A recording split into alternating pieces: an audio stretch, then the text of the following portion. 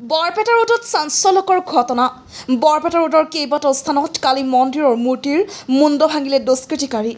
ৰাজহুৱা মন্দিৰৰ ভিতৰত প্ৰৱেশ কৰি মা কালীৰ মুণ্ড ভাঙি লণ্ডভণ্ড দুষ্কৃতিকাৰীৰ।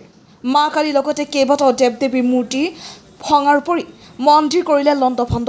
পুৱাৰ প্ৰভাত সেৱা কৰিবলৈ আহি এই ঘটনা প্ৰত্যক্ষ কৰে স্থানীয় ৰাইজে।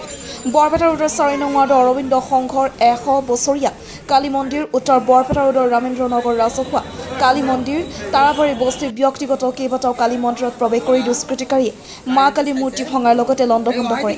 বৰপেটা ৰোড চহৰখনৰ মাজমজিয়াত থকা কালী মন্দিৰৰ ভিতৰত প্ৰৱেশ কৰি দুষ্কৃতিকাৰীয়ে মা কালী মূৰ্তিৰ লগতে কেইবাটাও দেৱ দেৱীৰ মূৰ্তি ভঙাৰ উপৰিও মন্দিৰৰ ভিতৰত প্ৰৱেশ কৰি লণ্ডভণ্ড কৰাক লৈ ক্ষোভ উজাৰিছে স্থানীয় ৰাইজে।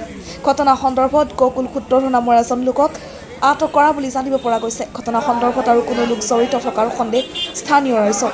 উচিত তদন্ত কৰি অতি শীঘ্ৰে দোষী কৰায়ত্ব কৰাৰ দাবী স্থানীয় ৰাইজৰ। বৰপেটা চেঙাৰ পৰা লাচিত বানৰ report, north east frontier news.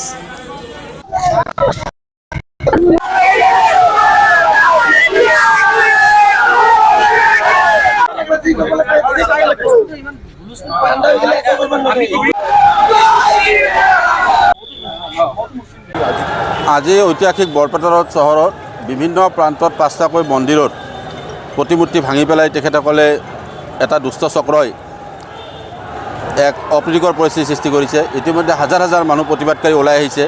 ধিক্কাৰ অসম চৰকাৰৰ লগত অসমৰ পুলিচ প্ৰশাসনকো ধিক্কাৰ যে ভাৰতবৰ্ষত হিন্দু উপাসনালয়ত এনেকুৱা আঘাত সানিছে বিধৰ্মী। তো তাৰ উত্তৰ আমাক লাগে লাগে লাগে, কিয়নো আমি যদি অসমত থাকি ভাৰতবৰ্ষত থাকি নিজৰ ধৰ্মীয় উপাসনালয় যদি সুৰক্ষিত নাথাকে তো কিভাৱে আমি সুৰক্ষিত থাকিম কিংবা আমাৰ ঘৰৰ মহিলাসকলে সুৰক্ষিত থাকিব, তাৰ উত্তৰ আমাক লাগে।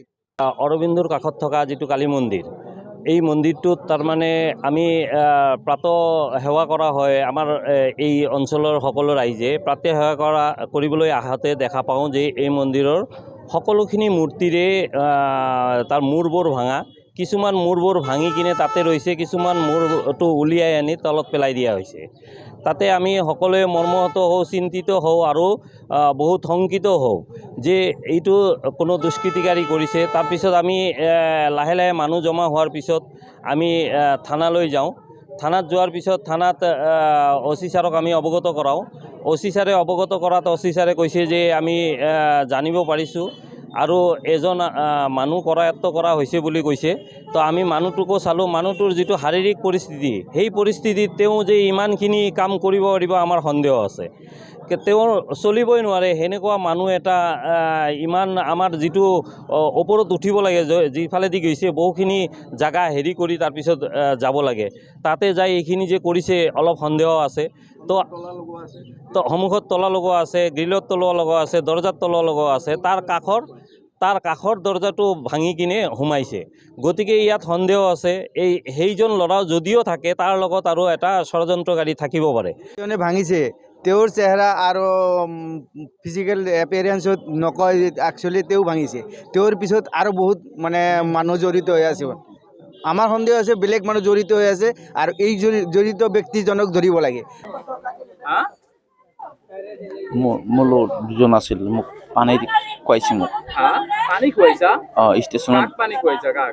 নহয়, মোক ষ্টেচনত তাতে মোক খুৱাইছোঁ। তাৰপিছত নাজানো আৰু তাৰপিছত এইফালে মই অলপ মাল খাইছোঁ। নাই এতিয়া ৰাইজে যদি আটাক কৰে এখন মই নাজানো আৰু হা, কিন্তু মই এটা কথা মই কি খুৱাই গৈছে, মোক মাৰছে, ই মাৰছে। কি খুৱাইছে? মোক পানী খুৱাইছে তাতে এই যে ষ্টেচনত। অঁ, সেইকাৰণে তই আহি মন্দিৰৰ নহয় মূৰ্তি ভাঙবি সেইকাৰণে।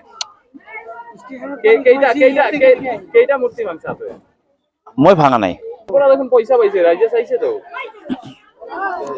নাম কি? ৰাণা কি? ৰাণা দাস। ৰাণা দাস ঘৰ ক'ত? গোৱালপাৰা আগিয়ে। গোৱালপাৰা আগিয়া? মই ইয়াত ভাড়া থাকোঁ মিলন নগৰত।